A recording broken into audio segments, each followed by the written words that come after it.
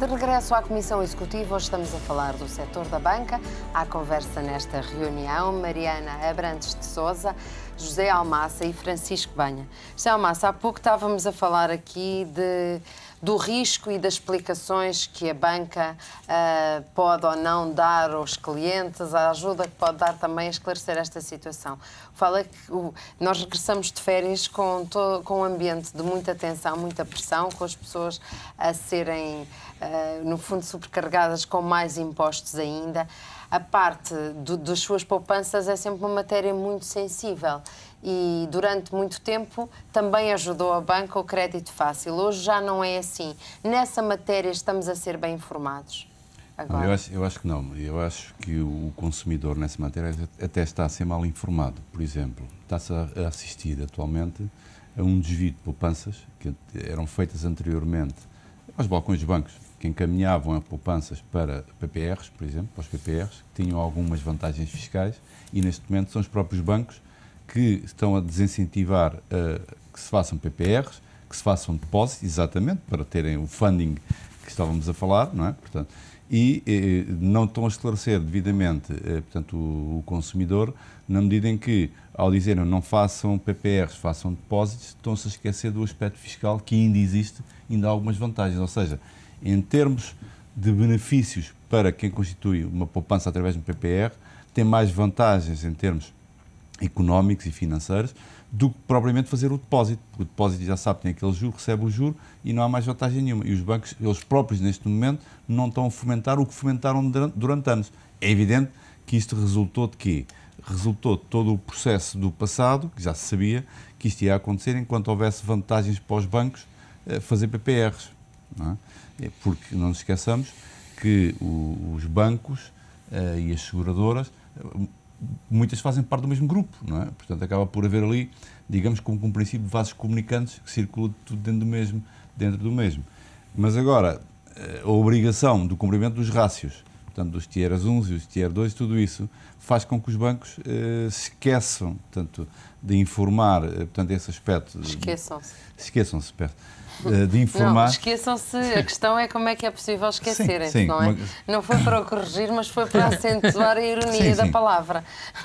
E então o consumidor em si acaba por não ser melhor encaminhado, e ter melhores vantagens, não é? Porque eu continuo a acreditar que o PPR, em termos de poupança, tem muito mais vantagem que o próprio depósito, não é? Portanto, é evidente para o banco interessa mais o depósito neste momento.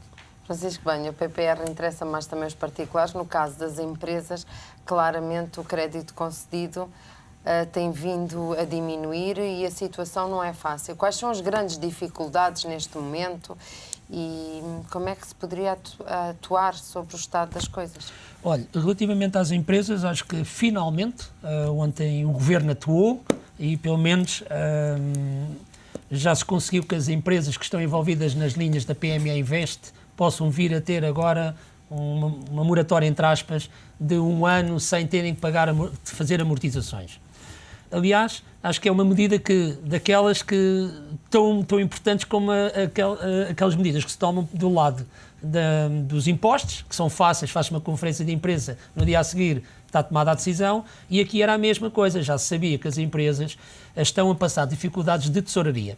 E por isso, essa foi uma excelente medida que foi tomada, ou pelo menos já foi divulgada, e porque essas empresas, primeiro, porque se foram alvo de apoio da PME Invest, é porque tinham uma situação na altura, a nível de balanços e de atividade, que estava relativamente boa. Claro que há sempre as exceções, mas não vou falar das exceções.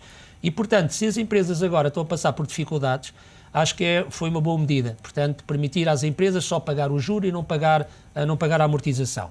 E acho que essas medidas têm que ser continuadas. Depois tem a ver com o seguinte, para se ter uma ideia, ainda recentemente o Bruno Proença, do Diário Económico, fez um editorial para o diretor executivo do Diário Económico, em que fez um editorial em que provavelmente seria muito mais interessante, neste momento, salvar as empresas que têm, fazer todas as medidas possíveis para salvar as empresas que têm contas de exploração positivas, mas que neste momento estão a ter profundas restrições do ponto de vista da tesouraria e não esperar que venham as novas empresas quando a crise acabar, não é? E, portanto, e com isso nós, de alguma forma, podemos fazer com que a recessão seja menos grave e que a taxa de desemprego também não atinja números exorbitantes. Portanto, mas a banca que atualmente temos poderia estar a dar outro tipo de apoio nesta situação? É assim, apesar de tudo, a banca, e é preciso que se também tenha presente o seguinte, a banca, por exemplo, em 2010, a banca, durante o ano todo de 2010, a banca representou 45% de todos os financiamentos das empresas. Portanto, a banca tem um papel bastante importante no financiamento da atividade económica. E portanto, a banca, com 45%, é um valor significativo. Portanto, e mesmo apesar das restrições, o que é um facto é que se fizermos análises comparativas de um ano, não só agora no curto prazo, o que é um facto é que a banca tem um papel importante. Agora, a banca também diz o seguinte, a banca também diz que o Estado deve 60 mil milhões de euros.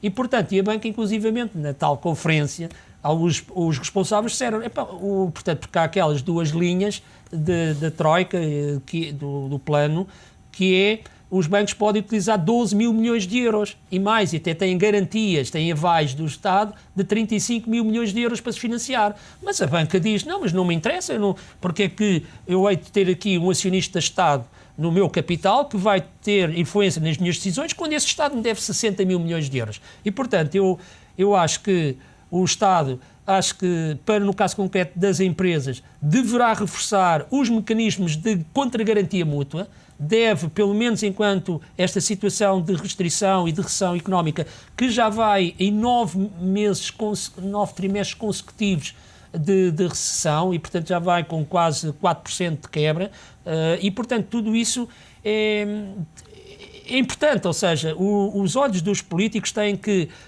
estar muito vocacionados para as empresas e portanto, e não se pode também, e eu aí também concordo, e eu sou crítico porque os bancos podem efetivamente ter uma atitude muito diferente, mas os bancos também geram os seus capitais e portanto os bancos estão altamente endividados. Só para se ter uma ideia, os bancos devem qualquer coisa como 165 mil milhões de euros. A dívida total da banca portuguesa são 165 mil milhões de euros. É qualquer coisa como 42% do total da dívida portuguesa, que vai na ordem dos 388 mil milhões. Os bancos têm agora os problemas, provavelmente falamos aqui um bocadinho ou não, da questão dos fundos de pensões. Provavelmente vão ter que reforçar os fundos de pensões antes deles passarem para a esfera da Caixa Geral de Aposentações. Os bancos estão com todos estes problemas e, portanto, eu acho que, apesar de tudo, e eu sou empresário e também sei bem o que tem sido a dificuldade de ter acesso ao crédito, mas provavelmente acho que o foco terá que ser muito por algumas medidas de política económica por parte do Governo, no sentido de reforçar os mecanismos de contra-garantia mútua, para que uma daquelas linhas que estava prevista ainda no tempo do Governo do engenheiro José Sócrates, em que estava previsto, penso eu, uma nova linha PME Invest no valor de 7 mil milhões de euros. Era assim, que nunca chegou a ir para a frente, porque não havia os mecanismos de contra-garantia, etc., a funcionar. Mariana Abrantes de Sousa, neste contexto, ainda esta semana, no fim de semana, a Christine Lagarde dizia que se os bancos não se recapitalizarem urgentemente na Europa, as coisas vão correr mesmo mal. Vieram logo países como a Alemanha e a França dizer que não, a União Europeia também, enfim. Na sua opinião, neste momento, haveria esta necessidade? Ou vamos ter que usar os 12 mil milhões de euros que estão à disposição da banca?